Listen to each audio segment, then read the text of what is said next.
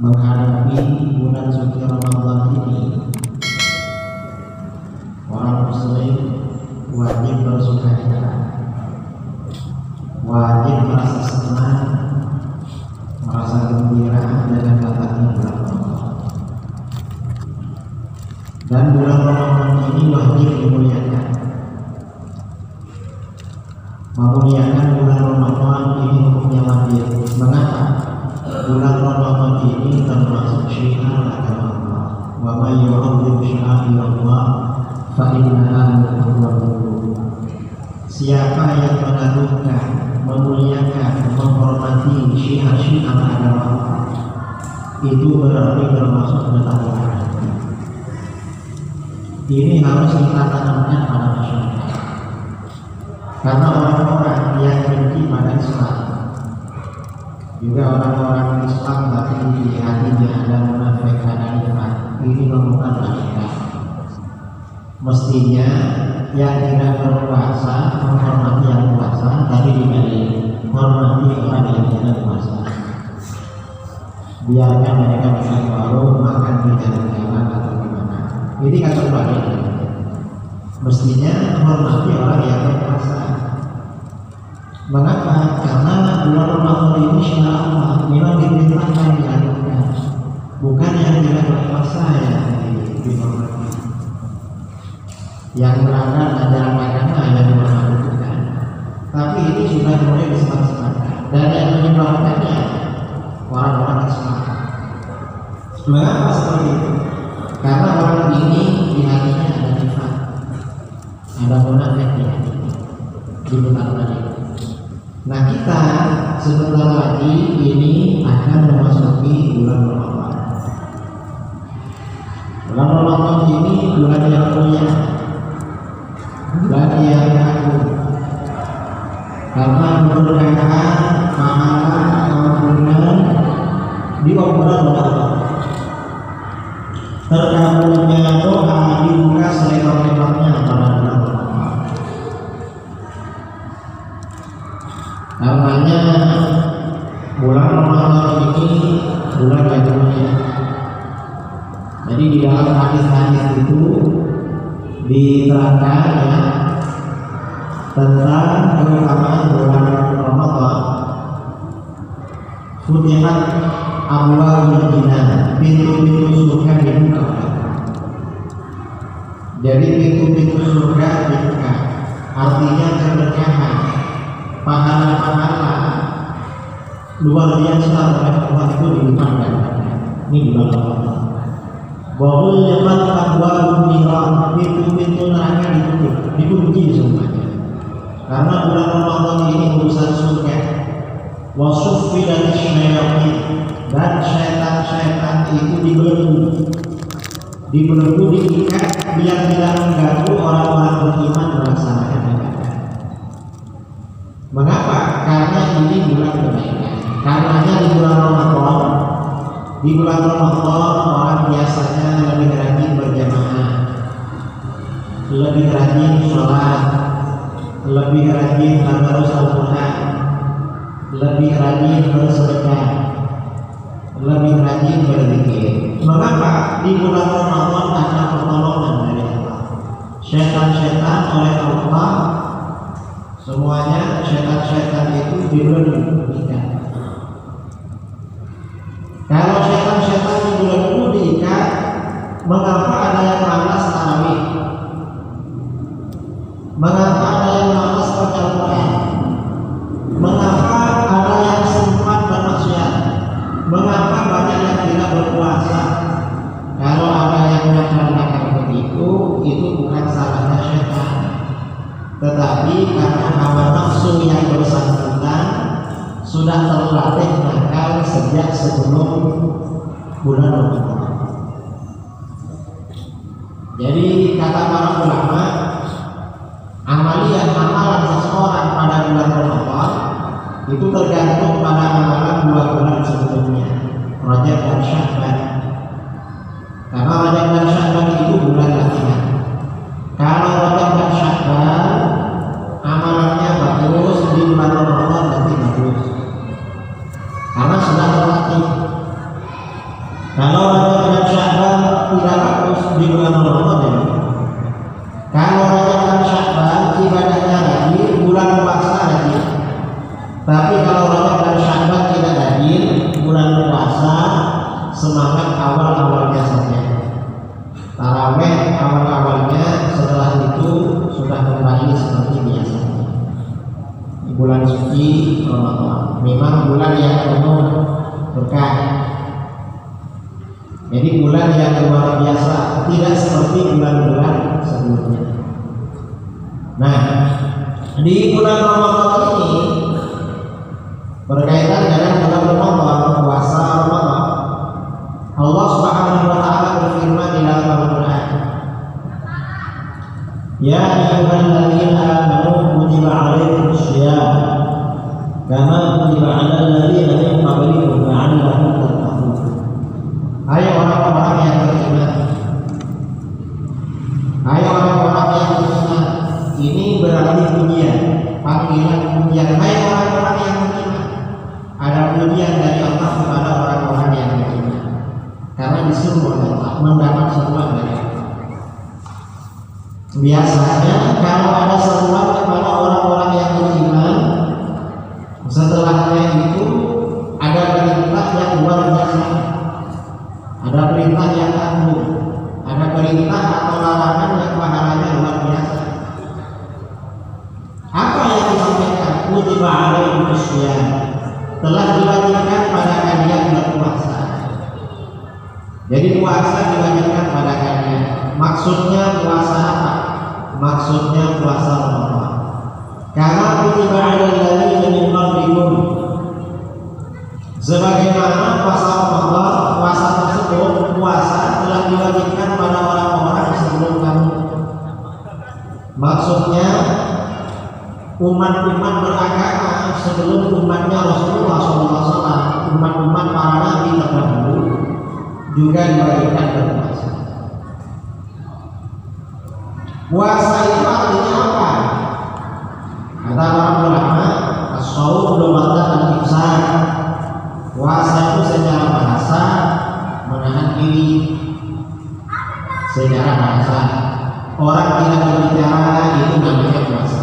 Ya pokoknya menahan diri namanya puasa secara bahasa. Kalau secara syarak, secara istilah, puasa itu artinya menahan diri dari perkara-perkara yang membatalkan puasa sejak terbitnya fajar sampai terbenamnya matahari. Apa yang dijauhi yang membatalkan puasa? Makan, minum, merokok, makan, minum, merokok, berhubungan suami istri, dan perkara-perkara lain yang membatalkan puasa. Ya apa saja yang dapat membatalkan puasa wajib dijauhi. Termasuk yang membatalkan puasa, makan dan minum itu artinya apa saja yang dimasukkan melalui mulut atau melalui jalan tembus seperti melalui hidung. Melalui hidung itu membatalkan puasa. Atau memasukkan apa namanya? Kalau telinganya gatal, ambil bulunya ayam atau kertas di gulung kecil-kecil dimasukkan. Itu kata sebagian ulama puasanya batal karena itu anggota badan bagian dalam. Kalau orang sakit mata lalu matanya ditetesi obat mata, itu tidak batal walaupun obatnya terasa ke tenggorokan, karena mata ini bukan jalan tembus.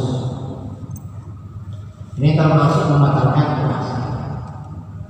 Kalau suntik itu biasanya di mana? Di sini ya, di lengan atau di pangkal. Kalau suntik itu suntik obat, injeksi itu tidak batal. Kalau suntiknya infus habis 2 botol satu hari, lalu tidak apa? Bagaimana? Sebagian ulama mengatakan batal, sebagian mengatakan tidak batal. Yang mengatakan batal karena menghilangkan nikmatnya puasa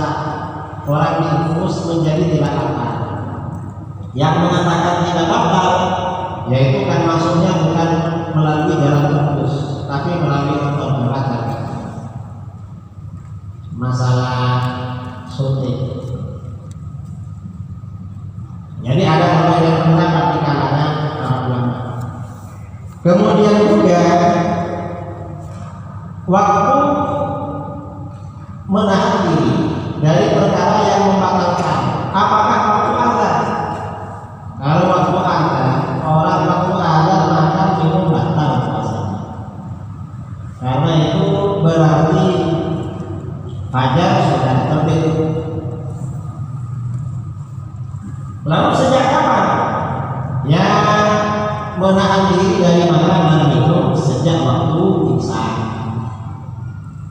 Mengapa waktu imsak? Itu untuk berhati-hati. Jarak imsak dengan subuh, dengan adzan subuh itu 10 menit. Misalnya subuh itu jam 5, maka imsaknya jam 4.50. Mengapa ada jeda 10 menit? Ada jeda 10 menit itu karena berarti menurut perhitungan ilmu hisab, berarti fajar itu diperkirakan terbit pukul 4:55. Kalau fajar di hasil perhitungan ilmu hisab, kalau fajar itu tercatat terbitnya pukul 4.55, maka bagaimana? Subuh jadi mundurkan 5 menit menjadi pukul 5. Imsaknya, puasanya dimajukan 5 menit menjadi 5 menit. Mengapa? Berhati-hati agar subuhnya dia imsak karena fajar sudah terbit, dan puasanya dia imsak karena berarti sebelum terbit fajar. Jadi kalau baru imsak orang itu minum atau makan, puasanya nggak apa-apa karena fajar belum terbit. Kalau sudah dapat 5 menit masih makan masih minum, itu bagaimana? Perhitungan ilmu hisab fajar sudah terbit, berarti sudah batal. Kalau imsak dapat 5 menit, kalau sudah ada subuh itu sudah tadi fajarnya yang keluar. Itu waktunya sholat. Kalau waktunya puasa ya memang imsak.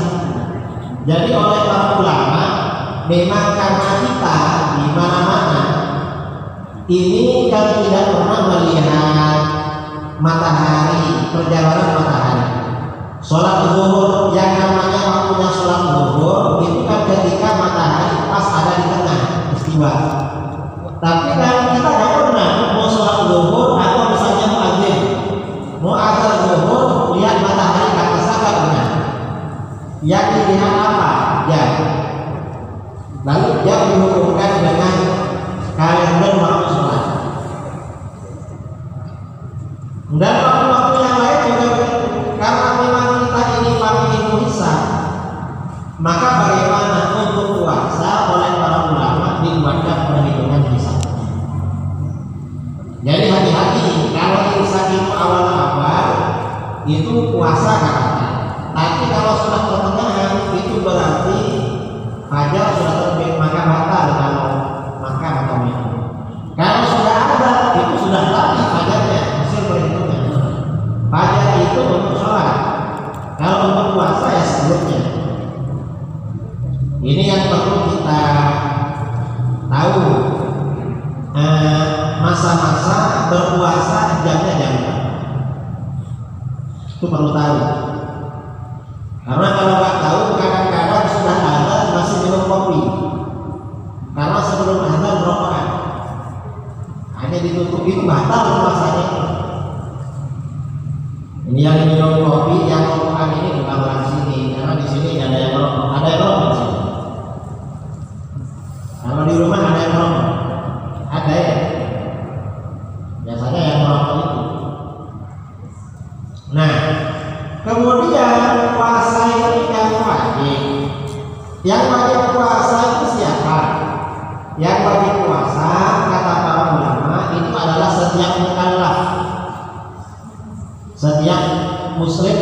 mukallaf itu artinya orang yang sudah baligh dan punya akal, serta orang itu suci dari haid dan nifas. Orang yang haid dan nifas gak boleh puasa karena dosa. Nah, bagi anak-anak bagaimana? Kita kalau anak kita sudah ibu-ibu, bapak-bapak, kalau anaknya sudah berusia 7 tahun, anaknya wajib disuruh puasa kalau mampu. Kalau nggak mampu, ya dilatih dia puasa.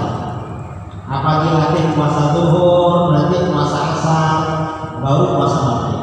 Kalau sudah mampu, kalau nggak mampu ya puasa setengah-setengah ya. Karena kewajibannya sama dengan sholat. Ini tata cara berpuasa. Lalu ada orang-orang yang boleh tidak berpuasa. Siapa saja orang-orang yang tidak boleh berpuasa tapi wajib qadha musafir. Orang yang bepergian. Itu perginya pergi ke mana? Apa pergi dari sini? Ini apa namanya? Johor, apa dari Johor ke Medan? Enggak, bukan. Yang boleh tidak puasa itu musafir, perjalanannya bisa dikosor minimal 81 kilo. Jadi perjalanan minimal 81 kilo itu boleh tidak puasa, tapi wajib ganti walaupun perjalanannya naik pesawat. Misalnya berangkat dari Bandara Kuala Lumpur ke Batam. Batam itu kan hanya 1 jam 20 menit. Atau misalnya pergi ke Pekanbaru tidak sampai 1 jam, itu gak apa-apa tidak puasa. Mengapa? Karena musafir, jadi gak apa-apa. Termasuk yang boleh tidak berpuasa orang sakit ya. Orang sakit itu gak apa-apa tidak berpuasa. Termasuk yang boleh tidak berpuasa perempuan yang lagi hamil atau menyusui anaknya atau lagi hamil, itu boleh tidak berpuasa. Cuma kalau dia tidak berpuasa untuk kesehatan dirinya, ada ibu menyusui, kalau berpuasa anaknya masih sehat, cuma dia agak kuat menyusui, lalu dia tidak berpuasa, maka bagaimana? Dia hanya wajib qadha. Tapi kalau dia berpuasa mengganggu kesehatan bayinya, dia berpuasa sebenarnya kuat menyusui, gak apa-apa, cuma anaknya kurang sehat, maka dia selain wajib qadha, wajib bayar fidyah. Fidyahnya apa? Fidyahnya setiap hari beras 6 on atau 7 on. Itu orang yang berpuasa ya, yang menyusui atau hamil. Jadi tergantung dia tidak berpuasa apakah karena demi kesehatan dirinya atau untuk kesehatan bayinya. Kalau untuk kesehatan dirinya hanya wajib ganti.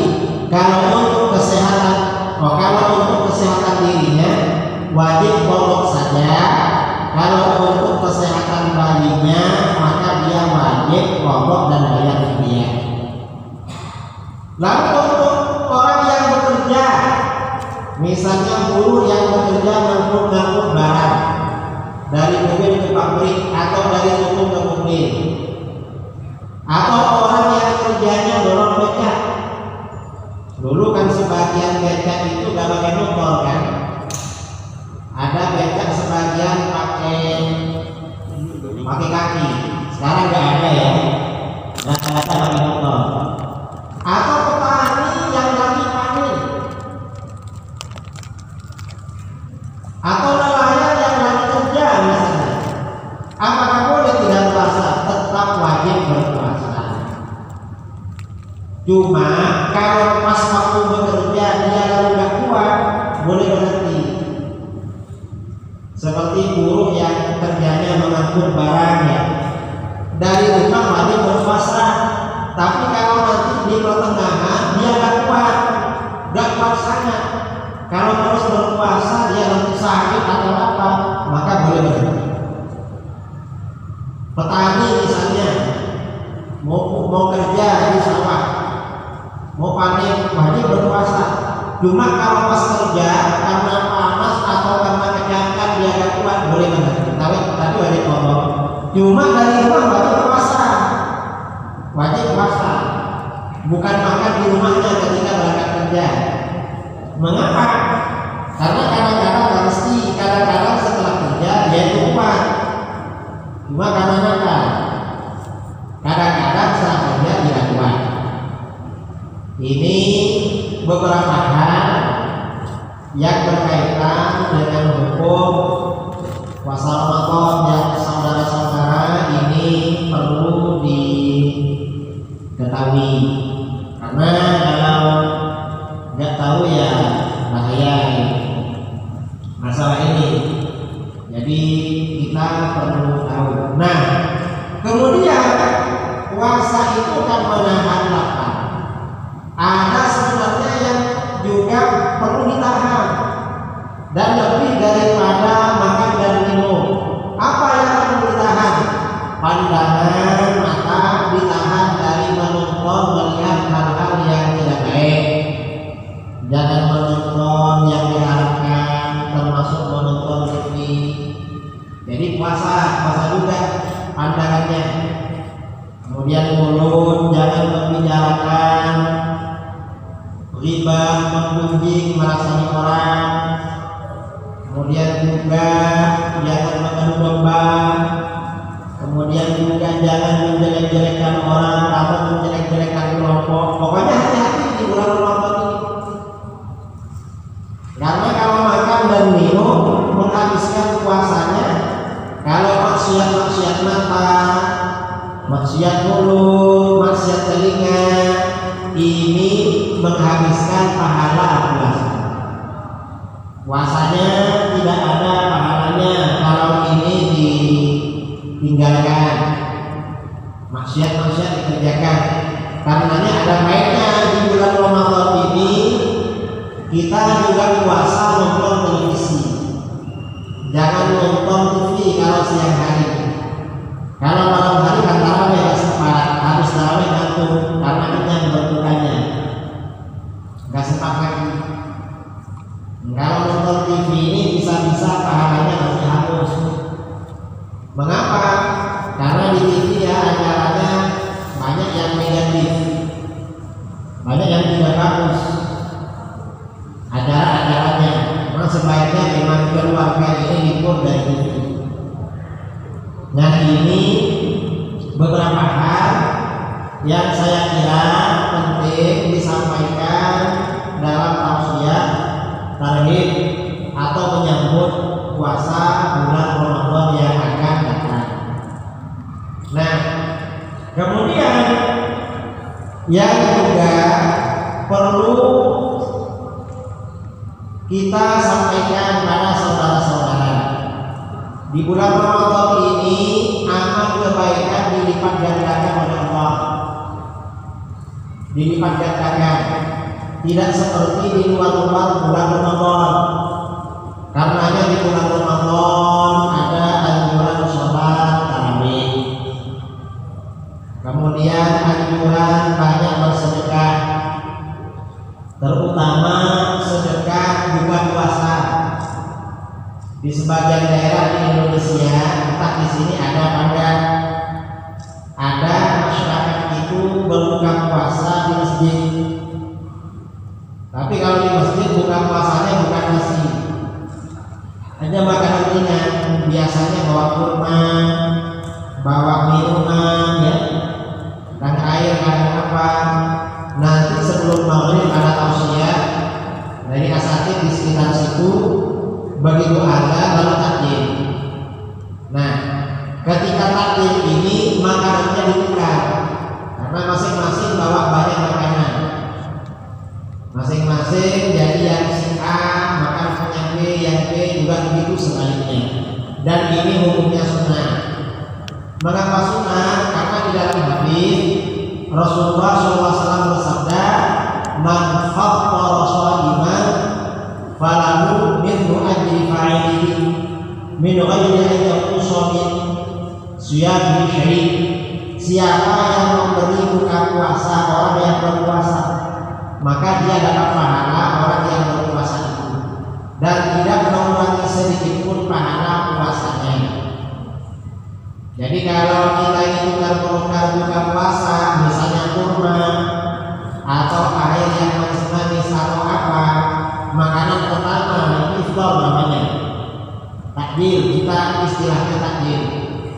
Maka ini yang nasi dapat pahala puasanya.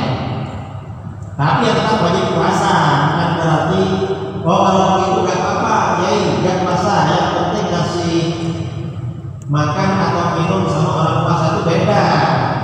Kamu kewajiban juga berpuasa, itu maksudnya pahalanya. Dan sekarang di daerah-daerah di Jawa, kalau setelah asar banyak anak-anak muda berdiri di pinggir jalan. Apa yang dilakukan? Bagi-bagi minuman. Di Medan juga ada juga. Itu bagus itu. Tapi yang puasa yang ambil, yang gak puasa jangan ambil. Kasihan ya kasih. Karena kalau gak puasa ya kan dapat pahalanya puasa orang yang kasih. Ini namanya takjil. Nah kemudian termasuk anjuran di bulan puasa adalah qiyamul lail. Qiyamul lail ini bisa dilakukan dengan cara sholat tarawih. Sholat tarawih ya di masjid. Sholat tarawih ini kalau dulu di seluruh dunia itu 23 rakaat. Kalau sekarang di daerah kota-kota banyak yang didiskon menjadi 11. Entah di An-Nadir ini berapa nanti? 11, 23. Berarti itu masih otentik. Karena dari dulu cuma 23, akhir zaman ini musim diskon. Ya, musim diskon, sholat didiskon semua. Tapi kalau gajinya dipotong marah. Kalau sama pengiran dipotong-potong santai. Dan memang tarawih itu yang asli dari dulu ya 23. Mengapa 23 sholat tarawih? Karena yang berlaku pada masa Khulafaur Rasyidin, masa Sayyidina Umar, Sayyidina Utsman, Sayyidina Ali, tarawih itu 23. Pada masa Sayyidina Umar yang menjadi imam tarawih sahabat Ubay bin Ka'ab 23. Pada masa Sayyidina Utsman yang menjadi imam Sayyidina Ali 23. Pada masa Sayyidina Ali beliau jadi imam sendiri 23. Nah, karena pada masa Khulafaur Rasyidin sholat tarawih ini 23, maka mayoritas ulama berpendapat sholat tarawih yang afdal 23. Mayoritas, kecuali yang berbeda Imam Malik. Imam Malik beda dengan mayoritas. Berapa? Kata Imam Malik, sholat tarawih yang afdal yang paling utama 46. Selain bikinnya bukan 11, 46. Mengapa 46? Karena pada masa-masa guru-gurunya Imam Malik tarawih di Masjid Nabawi 46. Kata Imam Malik berarti di Malibutur ini, karena di Madinah 46. Mengapa 46? Dulu pernah suatu ketika pada masa-masa sebelum Imam Malik masanya salah.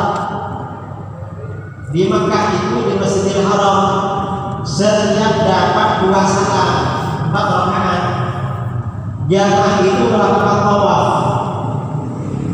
Orang Madinah ini karena gak ada kapan di Madinah gak bisa tawaf, karena gak bisa tawaf tarawihnya dilipat gandakan menjadi 46 biar gak kalah dengan orang Mekah. Jadi banyak-banyakan kalau dulu. Sekarang ini kadang cepet-cepetan dan dikit-dikitan, tidak bagus gitu. Nah cuma ini ada pertanyaan kadang-kadang. Ada sholat tarawih 11 tapi santai, tiba-tiba satunya 23 tapi cepat banget. Itu lebih baik yang mana? Ini pertanyaannya sama-sama keliru. Yang benar 23 jangan terlalu cepat. Itu yang benar namanya. Ini keliru dibandingkan dengan yang kesimpulan. Ini pertanyaan betul. Yang betul itu 23 tapi jangan terlalu cepat. Nah, caranya bagaimana? BKM atau pengurus masjid melihat kemampuan jamaah.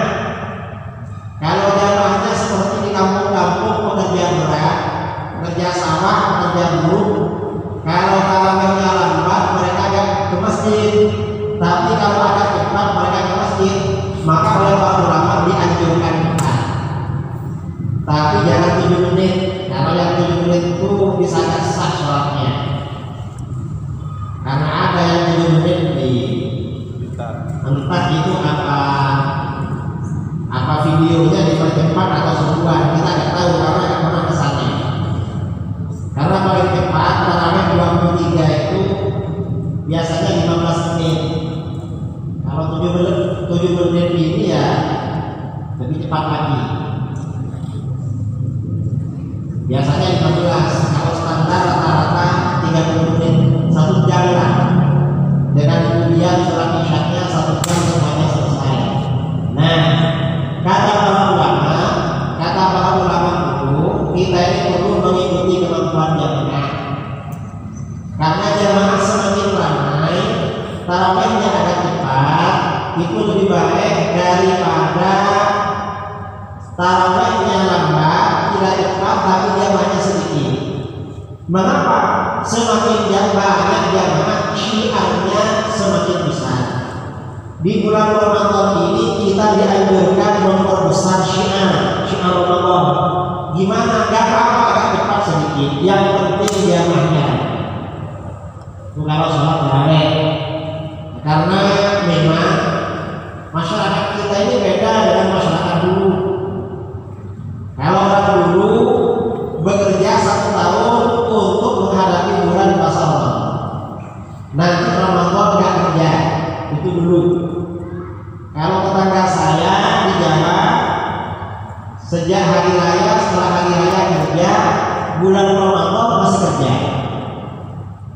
Karena yang gak kerja di luar bulan Ramadan malah punya kerjaan belakangan. Asalnya gak kerja. Jadi kita ini bukan gak kerja Ramadan, tambah ramai pekerjaan. Apalagi pekerjaannya peternak, punya sapi, punya kambing, walaupun hari raya dari rumput dia. Kalau gak dari rumput, bulan puasa dari rumput, karena sapi kambing gak pernah puasa.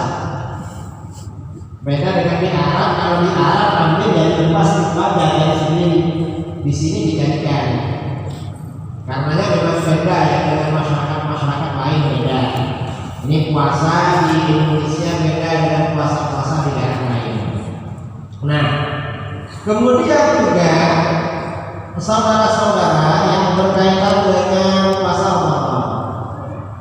Karena biasanya setelah puasa Ramadan ini kita menghadapi hari raya Idul Fitri. Dan hari raya Idul Fitri ini biasanya ada ajang sana, ada mudik. Cuma sekarang katanya mau dilarang mudik katanya.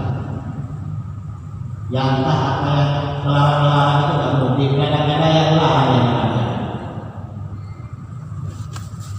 Katanya entah yang dilarang orang Jakarta aja atau orang Medan ya, bikin bingung. Nah, di bulan Syawal ini biasanya kan silaturahmi pada keluarga. Ini yang juga perlu ditekankan, yang ingin saya sampaikan kepada saudara-saudara. Ini karena ada hubungannya adalah tentang birrul walidain. Apa birrul walidain itu? Birrul walidain itu maksudnya berbakti pada kedua orang tua. Karena ini para audien yang ada di sini rata-rata masih muda. Yang sudah tua-tua sedikit, rata-rata anak-anak muda. Kalau anak-anak muda biasanya ayahnya, mamanya masih hidup. Maka bagaimana yang orang tuanya masih hidup ini tidak kalah penting dari ibadah yang lain ya, adalah berbakti pada kedua orang tua. Mengapa berbakti pada kedua orang tua? Perlu ditekankan, sebagian guru-guru kita, sebagian guru-guru saya pesan, kamu kalau ceramah di mana-mana jangan lupa terangkan tentang kewajiban guru walidain berbakti pada kedua orang tua. Mengapa?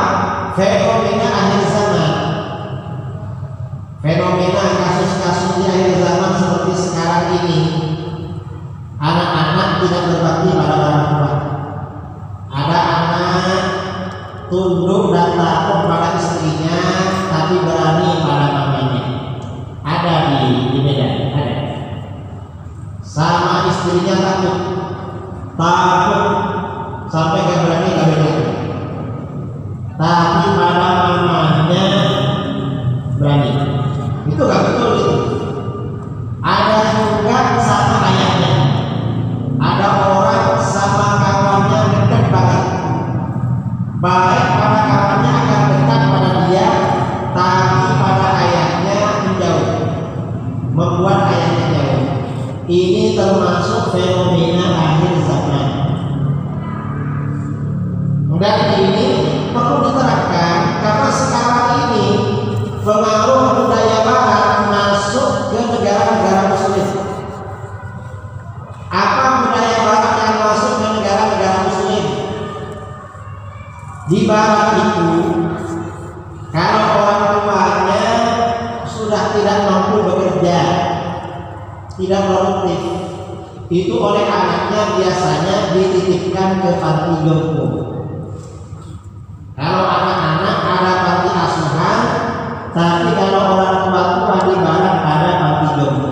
Di sebagian negara Islam seperti di Malaysia itu sudah ada. Nah, orang-orang barat ini untuk mengenang mamanya, karena orang barat ini rata-rata punya ibu, ayah gak punya. Mengapa gak punya? Saya ini pernah tinggal di Inggris dulu. Setiap ada 4 anak berkumpul, salah satunya pasti yang satu cuma punya ibu, gak punya ayah. Mengapa punya ibu? Yang di sana itu kan hubungan suami istri kan bebas tanpa pernikahan. Yang tiga, kalau punya ayah, kadang itu hasil selingkuh, tidak nikah, dan rentan pecah. Jadi hanya ada ibunya. Nah, orang barat ini untuk mengenang ibunya yang dianggap berjasa, maka dibikin yang namanya hari ibu setiap tanggal 22 Desember.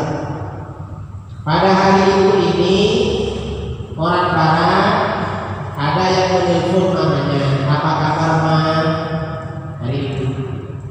Ada yang lebih baik dari dia, 22 Desember kirim karangan bunga. Ada yang lebih baik dari dia, 22 Desember mengunjungi mamanya ke panti jompo. Ada yang lebih baik lagi dari dia, 22 Desember mamanya dijemput diajak rekreasi, lalu diantarkan lagi. Ini orang barat. Apakah hari ibu ini salah? Gak salah. Cuma penetapan waktunya yang keliru. Mengapa? Karena di dalam Islam hari ibu itu bukan tanggal 22 Desember, tapi apa? Itu tanggal 22 Desember sampai tanggal 21 Desember tahun depan. Itu hari ibu. Mengapa? Kita ini punya prinsip al-jannatu tahta aqdamil ummahat. Surga itu ada di bawah telapak kaki ibu. Ini pentingnya berbakti pada orang tua. Ini ada cerita bagaimana berbakti pada orang tua itu menyebabkan seorang anak menjadi orang yang sukses.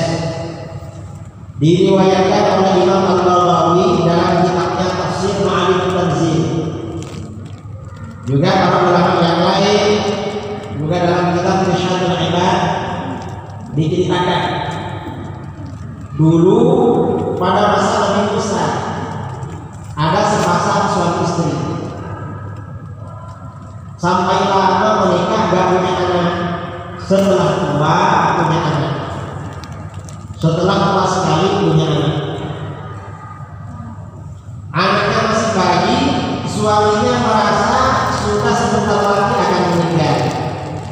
Sang suami berpikir, sang ayah ini berpikir, anak saya ini mau ditinggal, mau dikasih warisan apa kalau saya meninggal? Mau dikasih apa nanti untuk anak saya kalau saya meninggal? Lalu dia ingat, oh saya punya anak sapi. Cuma kalau saya meninggal, siapa yang merawat anak sapi ini? Istri saya sibuk dengan anak, gak mungkin. Dititipkan ke tetangga, siapa kira-kira tetangga yang mau? Karena dia bingung, dia seorang yang soleh, istrinya juga solehah, wanita solehah. Anak sapinya oleh dia dibawa ke hutan. Sampai di hutan, dia berdoa kepada Allah, ya Allah, sapi ini saya titipkan kepada Kau. Tolong dijaga ya Allah. Jangan sampai diganggu singa, diganggu harimau, diganggu serigala, atau diambil orang. Kalau nanti anak saya sudah dewasa memerlukan sapi ini, tolong sapi ini kembalikan pada anak saya. Lalu sapinya lepas. Karena ini orang soleh, doanya dikabulkan oleh Allah. Setiap ada harimau mendekat, sapi ini keluar lari, gak bisa dikejar. Ada orang mendekat lagi, gak bisa ditangkap. Dan suami ini menyampaikan kepada istrinya tentang anak sapi yang dia titipkan pada Allah hutan. Tidak lama kemudian sang suami ini meninggal dunia. Istrinya merawat si bayi, merawat si anak sendirian. Istrinya yang merawat.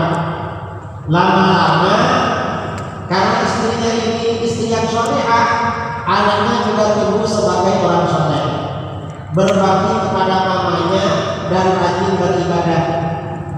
Sampai suatu saat mamanya ini sudah tua, gak bisa bekerja, gak bisa kemana-mana, maka yang mengganti kerjanya anaknya, karena mamanya sudah tua. Anaknya ini kalau siang hari kerja dari kayu, kalau siang hari dari pagi sampai siang dari kayu. Setelah dapat kayu dibawa ke pasar lalu dijual. Hasil penjualan kayu yang separuh uangnya disedekahkan, separuhnya diserahkan pada mamanya untuk belanja. Yang hari begitu.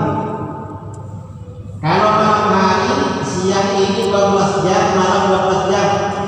Kalau malam hari, anak ini waktunya dibagi 3. Yang sepertiga mulai maghrib sampai 4 jam dia beribadah kepada Allah, sholat, berzikir kepada Allah 4 jam. Setelah 4 jam dia istirahat. Istirahatnya 4 jam. Orang ini tidur dalam 4 jam biasanya bangun. Kalau dia gak bangun, gak mau tahajud, berarti banyak dosanya. Sebenarnya sudah bangun dalam 4 jam, cuma gak bangun. Mengapa? Banyak maksiat. Namanya orang yang bangun tapi malas terasa berarti banyak maksiat. Nah, setelah dapat 4 jam, anak ini bangun, duduk di samping mamanya. Kalau mamanya selama 4 jam, kalau mamanya garuk-garuk kepala diperiksa, mungkin ada kuku atau ada kejepit. Kalau mamanya mengeluh sakit kaki, kakinya dipijit. Kalau sakit tangan, tangannya dipijit. Tiap hari begitu. Lama-lama mamanya bilang, anakku, iya ma, saya ini kasihan sama kamu. Terus ada apa ma? Kamu sehari-hari bekerja dari kayu, hasilnya untuk sedekah dan untuk saya. Kalau malam hari kamu beribadah, istirahat, lalu menjaga saya, melayani saya. Kamu bekerja begitu pasti capek. Ya, ada petunjuk mah. Dulu ayahmu punya anak sapi. Sekarang pastinya sudah besar anak sapi itu. Ada di mana? Oleh ayahmu, dititipkan kepada Allah di hutan di sana.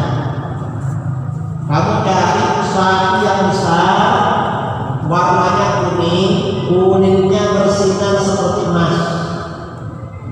Kalau kamu jumpa sapi itu kalau jumpa dengan orang pasti lari, nggak bisa ditangkap. Kalau kamu jumpa sapi itu, kamu berdoa pada Allah, ya Allah, kalau sapi ini memang warisan ayahku untuk saya yang dititipkan kepada Engkau, tolong kembalikan kepadaku.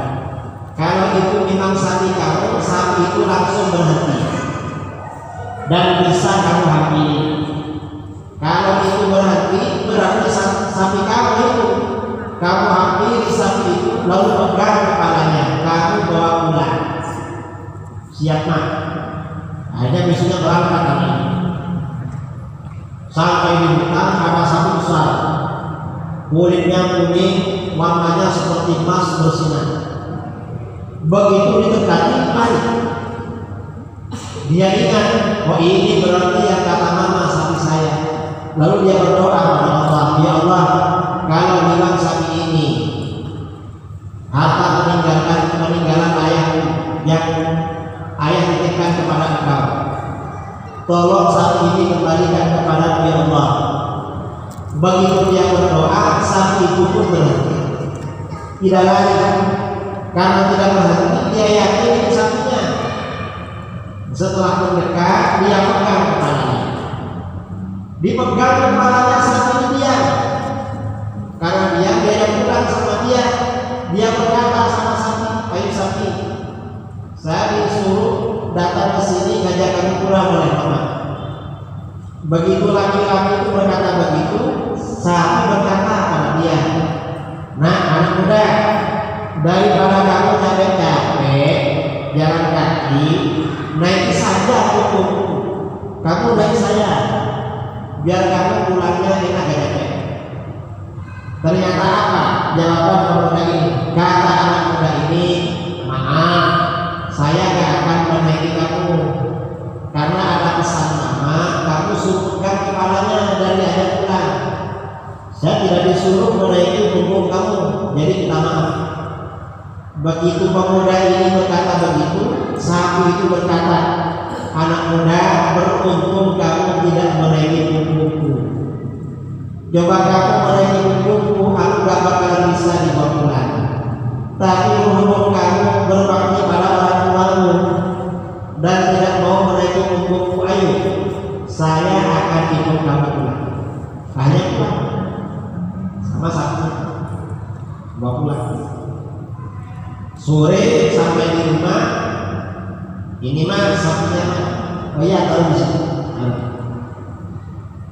Malam-malamnya mamanya bilang pada dia, kamu besok ke pasar. Terus gimana mak? Sapinya mau ke pasar, dijual. Mau dijual berapa sapinya? Kamu jual seharga 3 dinar. Siap mak? Dibawa sapinya besoknya ke pasar, jalan kaki. Begitu sampai di pasar, menunggu pembeli, lama-lama ada seorang laki-laki tampan, pakaiannya putih-putih mengambilnya. Hai anak muda, siap bang, sapi ini kamu jual? Iya, sapi ini memang dijual. Berapa harganya? Ini harganya 3 dinar. Kata laki-laki itu, kalau begitu sapi ini saya beli 6 dinar. Gimana? Boleh enggak? Oh maaf tuan, enggak boleh kalau 6 dinar. Mengapa? Kata mama ini harganya 3 dinar. Kata pembeli itu, enggak bisa 3 dinar, ini 6 dinar, ini pantasnya 6 dinar. Kalau 3 dinar terlalu murah, ini harus murah. Kata anak muda itu enggak bisa, ini harus 3 dinar, ini pesan mama saya. Akhirnya satu hari tawar-menawar begini. Kata anak muda itu, kalau begitu sapi ini saya bawa pulang. Saya minta izin sama mama dijual Madinah. Kalau mama boleh, besok ketemu lagi di sini saya kasih ke Madinah. Mau siapa? Mau pulang. Sampai di rumah mamanya tanya, "Loh kok dibawa pulang? Gak laku mah kalau tidak." Kenapa gak laku? Pembelinya maksa minta 6 dinar. Siapa pulang? Saya bilang, saya tanya mama dulu, boleh nggak dijual 6 dinar? Kata mamanya, oke papa, besok kamu bawa lagi, kamu jual 6 dinar. Besoknya dijual lagi. Setelah ditunggu agak lama, pembeli itu datang. Gimana? Berapa ya harganya? Kata dia, iya. Kata mama, ini gak apa-apa dijual 6 dinar. Lalu kata dia, ya kalau begitu ini saya beli 12 dinar. Loh gak boleh. Ini keputusan mama. 6 dinar. Kata dia, gak bisa, ini harus 12. Ini kalau 6 dinar bukan harganya terbatas. Akhirnya suatu hari tawar menawar gak jadi. Hanya kata pemuda ini berbakti. Anak muda ini hatinya bersih. Dia mempertahankan prinsip berbakti pada orang tua. Kalau kita kan prinsipnya kan uang. Siapa yang bayar banyak kan itu yang kita ambil. Ini berbakti pada orang tua yang dikejar. Kata dia, ya sudah, kalau Anda maksa 12 dinar, ini saya mau lagi. Saya minta izin sama mama. Kalau boleh 12, besok dikasihkan 12. Malamnya mamanya tanya, kok dibawa lagi? Pembelinya gak mau mah, berubah pikiran, gak mau nah. Minta berapa? Minta 12 dinar. Saya janjiin besok, gimana mah? Ya buat lagi lah besok, kamu kasihkan 12. Tapi kalau dia naik lagi, sampaikan salam saya pada dia. Kalau dia naik lagi, mamanya ini orang solihah, hatinya tembus. Tanya sama dia, ada salam dari mama. Kalau ini orang apa malaikat? Kok ini naik lagi? Kalau dia naik lagi. Dan kalau dia ngaku malaikat, tanyakan sama dia, sapi ini mau diapakan? Kok setiap dikasih harga kamu naik lagi?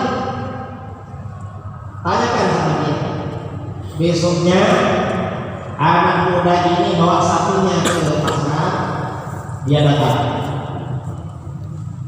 Gimana sapinya? Siap. Dijual berapa? Kata mama gak apa-apa 12 dinar. Ternyata kata dia, gimana kalau saya bayar 24? Naik lagi dia. Lalu kata dia, kalau begitu ada salam dari rumah saya. Apa?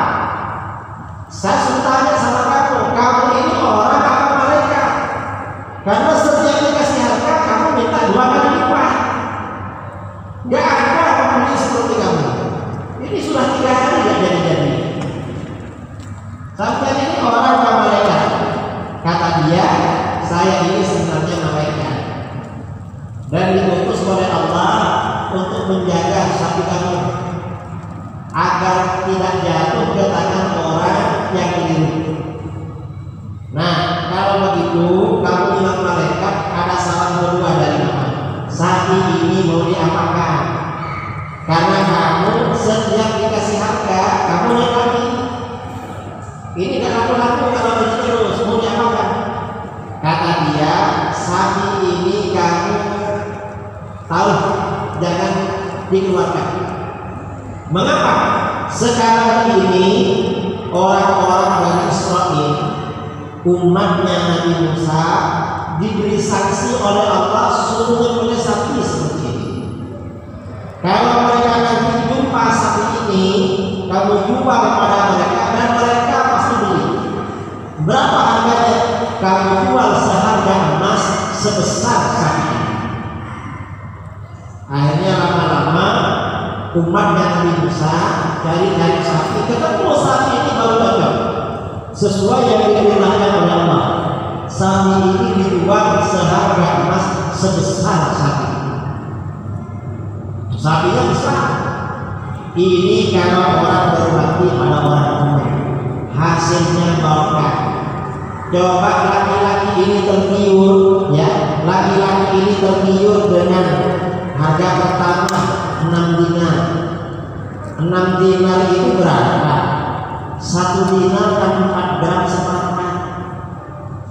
Kalau 6 dinar 6 kali 4 kan 24 dinar. Lalu yang seperempat kali 4 25. Lalu yang 25 setengah gram. Cuma 25 gram setengah. Lalu kalau dia tertidur tawaran kedua 12 dinar, ini kan hanya 53. Berapa? 25 setengah 51. Hanya dapat emas 51 gram. Kalau dia tertidur tawaran ketiga 24 dinar, berarti dapat emas berapa? Ini hanya dapat 102 gram. Karena ini berbakti pada orang tua, seharga itu gak dia kasih, akhirnya oleh Allah diganjar, sapinya laku seharga emas sebesar sapi. Kalau emas sebesar sapi, saudara-saudara, itu berapa gram? Itu bukan gram, bukan bukan kilo, tapi ton. Kira-kira berapa kuintal atau berapa ton? Karena emas ini kan seperti batu berapa? Kalau batu beratnya seperti sapi, berapa ton? Berapa kuintal? Banyak.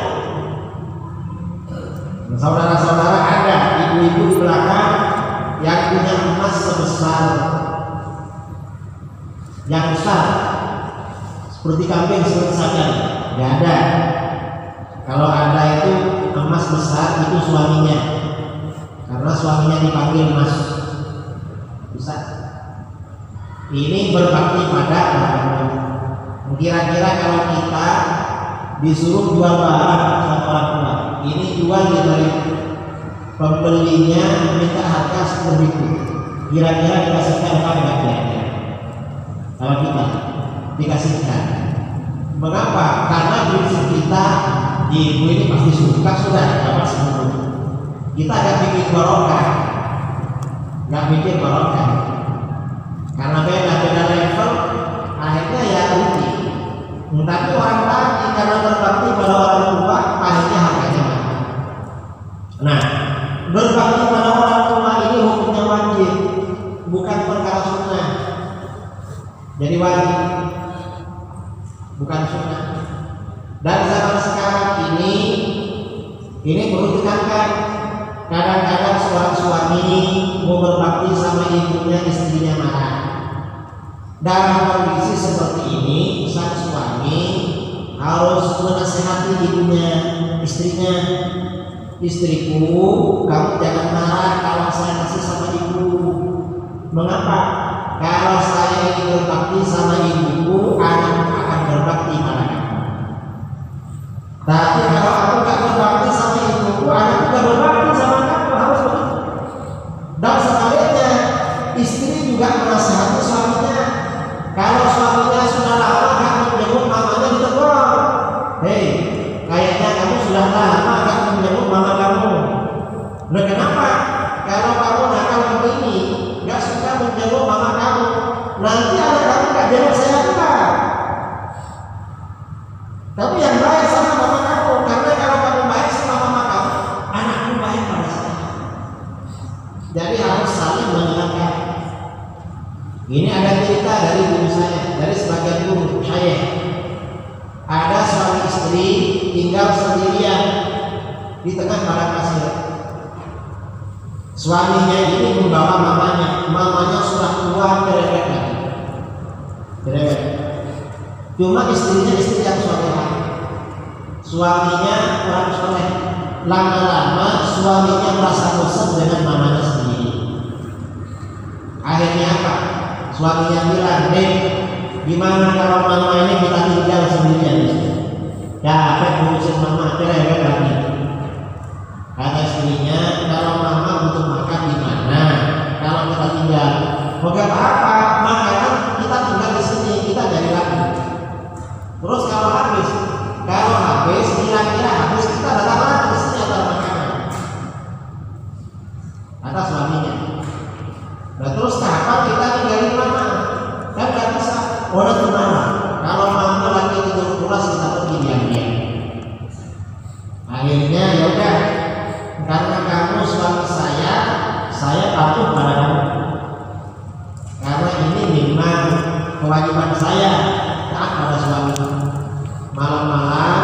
ketika suaminya ngajak pergi, istrinya diam-diam menaruh anaknya yang masih bayi tidur di samping neneknya, ditinggal bersama neneknya, istrinya ikut suaminya.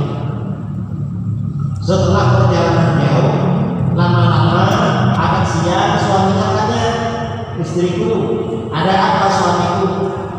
Kok gak dengar suara anak dari tadi? Anak kita dari tadi kemana? Anak yang mana? Loh, kita kan punya bayi laki-laki. Kata istrinya, anak kamu saya tinggal bersama neneknya. Loh, kok ditinggal? Siapa yang mau merawat dia? Dia kan anak kamu. Loh, kenapa? Kamu loh, ibunya ditinggalkan. Ibunya ditinggal. Nanti anak kamu pasti meninggalkan saya setelah saya tua. Daripada nanti anak kamu meninggalkan saya, mending dari sekarang anakmu saya tinggal duluan. Dulu-duluan meninggalkan, biar dia meninggalkan saya nanti. Sekarang sudah saya tinggal. Akhirnya suaminya tersentuh hatinya dan sadar pulang lagi bersama ibu. Nah, ini artinya lebih penting. Suami istri saling mengingatkan, istrinya mengingatkan suaminya agar berbakti pada mamanya, suaminya mengingatkan istrinya agar mendukung dia berbakti kepada mamanya. Mengapa? Karena di dalam hadis surga itu berada di bawah telapak kaki. Karenanya kata sebagian ulama, siapa yang menjadikan orang tuanya seperti raja, dilayaninya seperti raja, maka rizkinya oleh Allah akan dibuat seperti rizkinya raja. Karena raja itu banyak rizkinya, banyak uangnya. Ini pentingnya berbakti pada kedua orang tua. Mudah-mudahan bermanfaat. Amin Allahumma amin. Mudah-mudahan nanti kita bisa menjalankan ibadah